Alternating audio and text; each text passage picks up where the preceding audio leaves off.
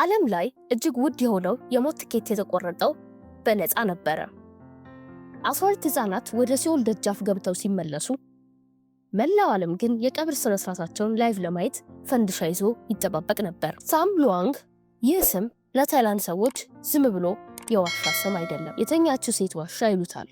አፈ ታሪካቸው እንደሚለው አንዲት ልዕልት በክህደት ተገድላ የተኛችበት ስፍራ ነው።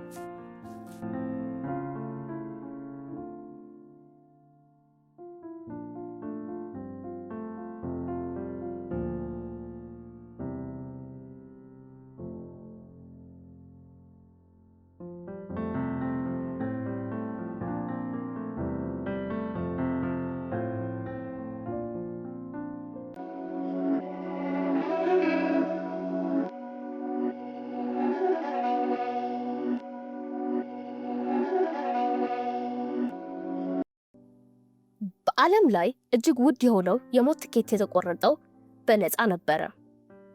12 ህፃናት ወደ ሲኦል ደጃፍ ገብተው ሲመለሱ መላው ዓለም ግን የቀብር ስነ ስርዓታቸውን ላይቭ ለማየት ፈንድሻ ይዞ ይጠባበቅ ነበር። ሳም ሉዋንግ ይህ ስም ለታይላንድ ሰዎች ዝም ብሎ የዋሻ ስም አይደለም፣ የተኛችው ሴት ዋሻ ይሉታል። አፈ ታሪካቸው እንደሚለው አንዲት ልዕልት በክህደት ተገድላ የተኛችበት ስፍራ ነው።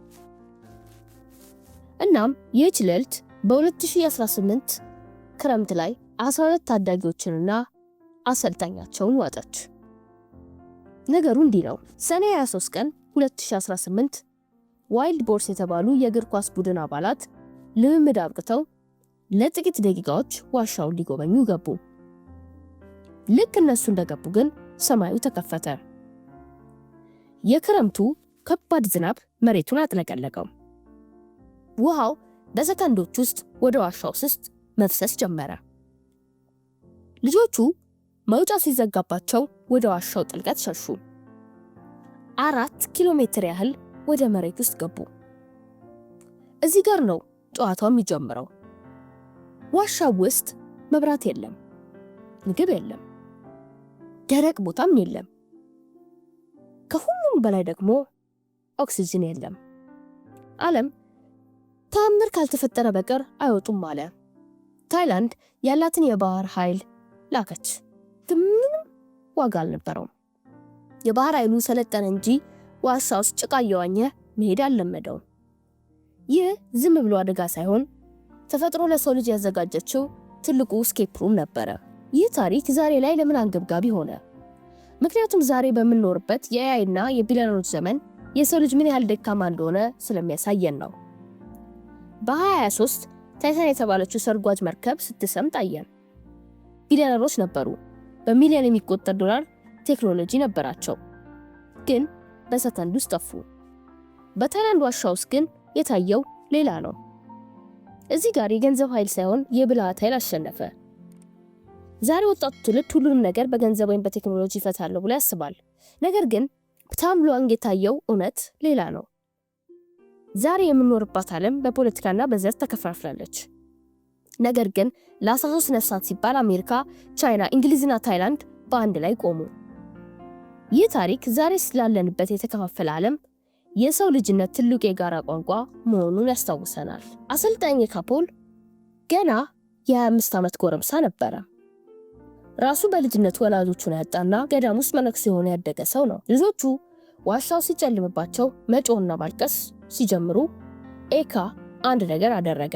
ሜዲቴሽን ወይንም ማሰላሰል አስተማራቸው። አትንቀሳቀሱ፣ አትጩሁ፣ ኦክሲጅን አታባክኑ አላቸው። ራሱ እየተራበ የነበረውን ጥቂት ብስኩት ለልጆቹ ሰጠ። ለ10 ቀናት በጨለማ ውስጥ ሲቆዩ ልጆቹ ሳይታመሙ የቆዩት በዚህ የጥንካሬ ትምህርት ነው። ሪቻርድ ስታንተን እና ጆን ቮላንተን እነዚህ ሰዎች የባህር ኃይል አይደሉም። ዝም ብለው በትርፍ ጊዜያቸው ዋሻ ውስጥ መዋኘት የሚወዱ ኬቭ ዳይቨርስ ናቸው። ዓለም ተስፋ በቆረጠችበት ሰዓት የታይላንድ መንግስት እባካችሁ እርዱኝ ብሎ ጠራቸው።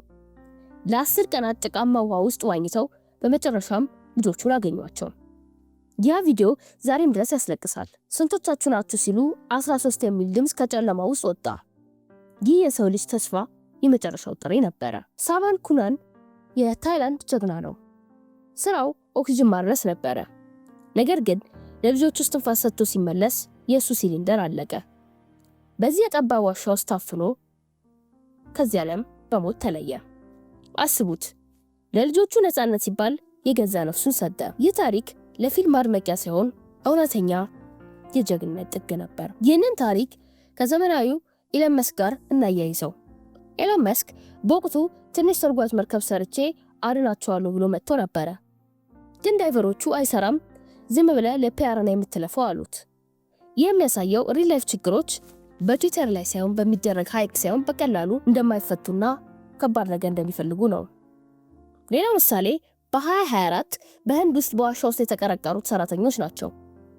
እነሱም ልክ እንደ ታይላንድ ልጆች በተመሳሳይ ዘዴ ወጥተዋል።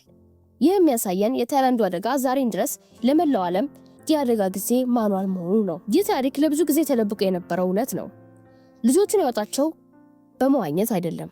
እውነታው ግን ልጆቹን እንደ ዕቃ ኬታሚን ሰጥተው አፈዟቸው። እጆቻቸውን ወደ ኋላ አስረው ጭንብል አደረጉላቸው። ልክ እንደ ሻንጣ ነው ጎትተው ያወጧቸው። ለምን? ምክንያቱም አንዱ ልጅ ዋሻ ውስጥ ድንገት ቢደነግጥ ዳይቨሩን ጭምር ይዞት ስለሚሰምጥ ነው። ይህ በታሪክ እጅግ አደገኛው የሕክምና ውሳኔ ነበረ። ውሃውን ከዋሻ ውስጥ ለማውጣት ሲባል በአካባቢው ያሉ የእርሻ መሬቶች ሁሉ እንዲጥለቀለቁ ተደረገ። ገበሬዎቹ ልጆቹ ይጡ እንጂ የዓመቱን ሰብላችን ይውደም አሉ። ዛሬ ባለንበት ራስ ወዳድነት በነገሰበት ዓለም እንዲህ አይነት የጋራ መስዋዕትነት ማየት እጅግ ብርቅ ነው። ይህ የሚያሳየው ትልቁ ኃይል ያለው መንግስት ጋር ሳይሆን ለጋራ ዓላማ በሚቆም ህዝብ ዘንድ መሆኑ ነው። ዳይቨሮቹ ልጆቹን ሲያወጡ የነበረው ውጥረት በቃላት አይገለጽም። ዝናቡ ሊመጣ ጥቂት ሰዓታት ብቻ ነበር የቀሩት። የመጨረሻው ልጅ በወጣ በግማሽ ሰዓት ውስጥ ዋሻው ውስጥ የነበሩት ፓምፖች ተበላሽተው ዋሻው ሙሉ በሙሉ በውሃ ተሞላ። ይህ የሚያሳየው በህይወትና በሞት መካከል ያለችው ልዩነት ደቂቃ ብቻ መሆኗን ነው። ይህ ታሪክ በሚሊዮኖች የሚቆጠሩ ሰዎች አመለካከት ቀይሯል። እነዚያ 12 ልጆች ዛሬ አድገዋል። አንዳንዶቹ ወደ እግር ኳስ ተመልሰዋል። አንዳንዶቹ ግን ያ የጨለማ ትዝታ ዛሬም ይከተላቸዋል። ለታይላንድ ህዝብ እነዚህ ልጆች የጽናት ምልክት ናቸው። ለዓለም ደግሞ የማይቻል የሚባል ነገር እንደሌለ ትልቅ ምስክርነት ነው። ዛሬም ድረስ በዚህ አካባቢ ያሉ ወላጆች ልጆቻቸውን ወደ ዋሻ እንዲቀርቡ አይፈቅዱም። ግን ሁሉ ጊዜም ያንን ጀግንነት ይተርካሉ።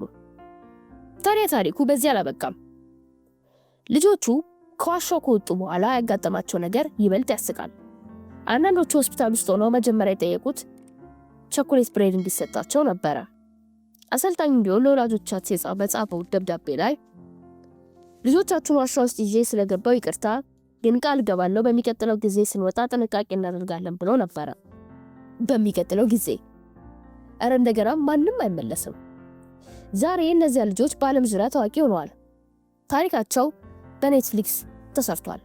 እንዲሁም አንዳንዶች አሁን የእግር ኳስ ጫማቸውን ሰቅለው የዋሻ ዳይቪንግ ሊማሩ ነው ተብሏል። እነዚህ እንግዲህ አስቡት 13 ሰዎች 18 ቀናት ጨለማ ውስጥ በሺዎች የሚቆጠሩ ዳይቨሮችና አንድ ትልቅ ተአምር። ለመሆኑ እናንተ ብትሆኑ በዚያ ጭቃማ ውሃ ውስጥ ለ10 ቀናት ያለ ምግብ ምን እያሰባችሁ ትቆዩ ነበረ? ስለሚቀጥለው ጨዋታ ወይስ ስለ እናታችሁ የምግብ አሰራር? ጥያቄውን ለእናንተ ተዋለሁ።